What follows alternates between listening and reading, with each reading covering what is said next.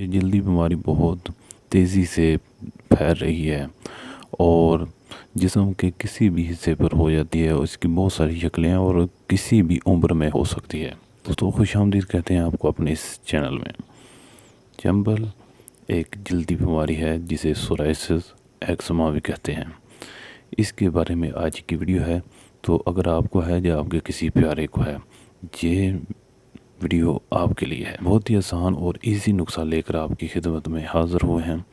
दोस्तों इसको इस्तेमाल करें और इससे छुटकारा हासिल करें।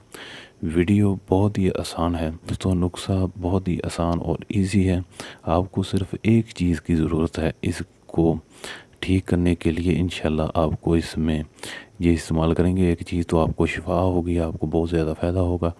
ये चंबल ख़त्म हो जाएगी, जड़ से ख़त्म हो जाएगी। सिर्फ एक चीज़ चाहिए, वो आपको चाहिए खालस हल्दी।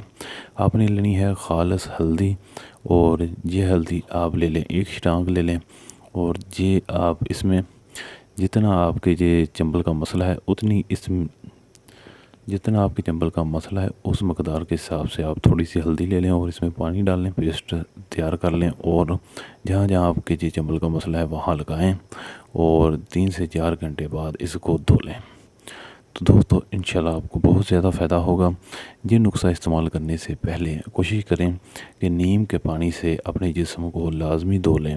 हाथों को साबुन से ना धोएं, हैंड वॉश से धोएं और नहाने में डेटॉल वगैरह या नीम के पानी से नहाएं, साबुन से ना नहाएं।